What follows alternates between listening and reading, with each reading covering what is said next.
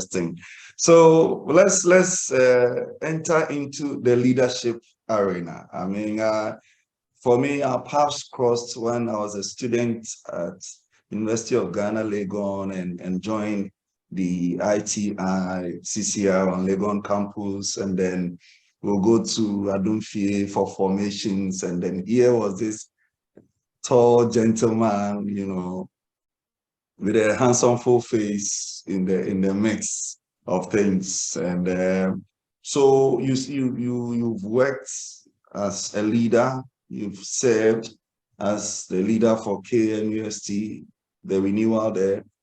I don't know any other positions on the campus, but then after school, eventually becoming an alumni coordinator. I remember that very well. And I remember some dinner dances and some of your moves. I still have that picture. I still have that picture of you in your white shirt and your bow tie making some dance moves on the floor after dinner. You should share that with me. Oh, yeah, you have moves. You have moves. Mrs. Amwa is on the line. Your moves are not the same as her own, but you also have moves. So,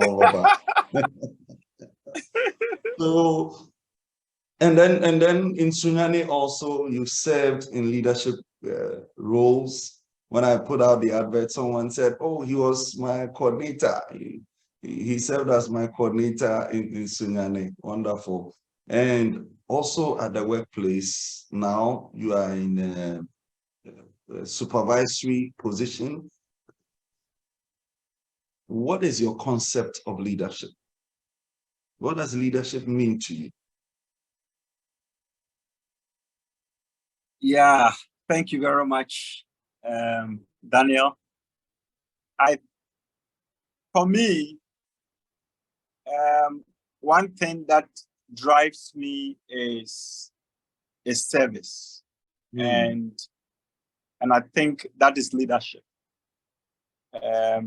Your one's readiness to offer your talent, your gift, your strength, your time, everything to the service of other people just for their well-being is, for me, leadership. All right. And so that has been my drive and my concept about leadership. And so all my life, and fortunately, I came from a big family. We are a family of 10, all right? And in that house, we stayed with other cousins and nieces and nephews, and duties were shared, all right, to us all. So when you wake up in the morning, you know what you are doing. And it's a big house, it's a family house, there's a lot of work. You know, we reared animals, sheep, goats, and all that. And so there's a lot of work to do. And it was shared. And so I developed from that sense of responsibility, you know, to really work. In the morning, you will have to go and fetch, you know, firewood and other things to the house before you go to school. You know what you are doing. The compound is big. You need to weed and do all that. So growing up was sense of responsibility, was service. And so that really, you know, drives my actions all the time and my concepts. So I can confirm that in scripture, when Jesus talks in Matthew chapter 20, right? It talks about leadership, saying that if you want to be the head, you need to first serve. If those that are, if you are, servants of others, that is where greatness comes. All right, and so that is my concept. Any individual who is willing to serve other people just because of their well-being, to offer help, whether it is knowledge, whether it is your time, whether it is your strength or your experiences, just to help somebody else, then you are a great leader. Awesome. And if you do that, what do you get? As if you serve others, what do you get? What are the benefits? For me, my experiences has been great. First of all, it gives you fulfillment. All right. You are fulfilled. You feel that you have offered something to the world. And so you gain sense of fulfillment. You also feel that you are accomplishing a certain purpose, a reason for which you were created on earth. You are not on earth for nothing. You are on earth for a purpose.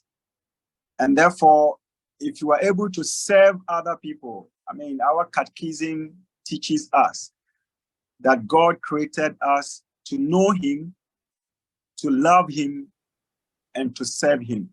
Yeah. And that service, the service of mankind, is to serve one another. And once you accomplish that service, you feel fulfilled that you have accomplished a certain purpose and reason why you are on earth. And what it does also is that it's because you are offering service to other people, people will see you as very relevant, okay, in life, because they will see that you have something to offer. And so people will see you and want to get your services, want to come to you for that service, that support. And so you become very relevant in life. It saves you from a lot of trouble. And I see myself escaping a lot of possible issues and troubles in life because of my services I give to others. For example, after completing my tertiary, my degree, I did course 4, all right?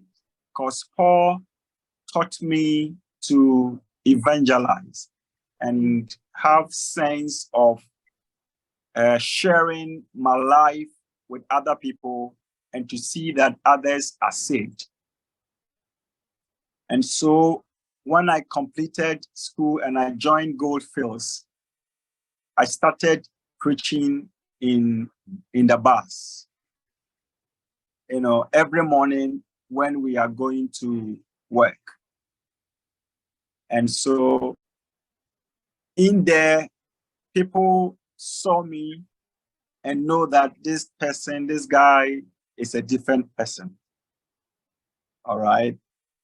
I had the opportunity to work in a sensitive place where the gold is finally produced.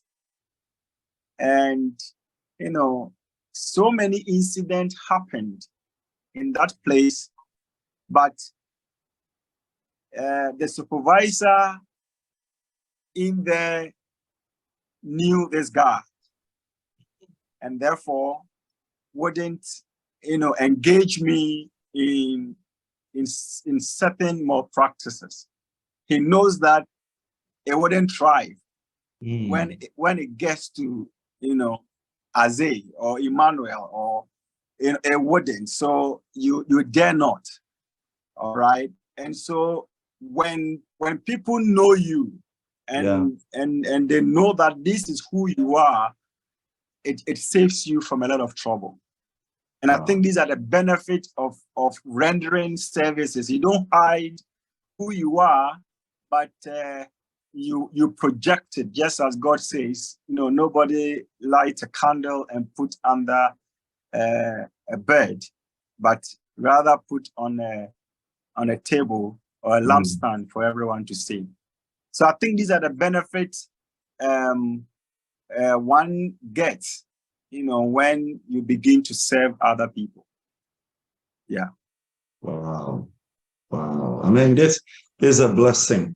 There's a blessing. I mean, I don't even know what made me ask you this question, but it's been a blessing listening to these 5 things that you have shared with us. So, friends, Engineer Emmanuel Kofi Gameli Asakpo is on with us tonight, sharing his life with us. He's told us why people call him Azay. So if you hear it, don't be surprised, don't be scared. He won't ninja you anywhere. And he's also shared his journey growing up and all that he engaged in, and his schooling, his primary up to university level, and his professional life. He shared that also with us, and we are going on. And I just want you to take note of some of these things that he's talked about. He shared with us this concept of leadership, and he says that leadership is number 1, service to humanity, service to people, and making yourself available, your knowledge, your experience, your talents, your gifts available to people, and being a blessing to them. And that is what he sought to do. And that has distinguished him in a lot of ways. And I pushed him, what are the benefits when you serve? What are the benefits? Because he emphasized on service. In our time, it's one of the difficult things people struggle to do, to serve. Serving has become a challenge for people. And that is why I pushed that question to him. What should motivate someone to serve? And I'm just happy with what he shared with us. Look, you will gain fulfillment. You will gain some satisfaction. And number 2, you will see that you are accomplishing your purpose here on earth. None of us came onto this earth without a purpose. And as you serve others, you will see directly a fulfillment of your purpose. He's also talked about relevance to others. You become a relevant person because people will feed on what gifts you have, and that makes you relevant to them, and that attracts them to you. And in there, you will find that as people get attracted to you, I'm adding number 4, as you then now build relationships with people. You get connections with people because of your relevance and because of the gift that you are serving to others. And he says, last but not the least, it saves you from a lot of trouble.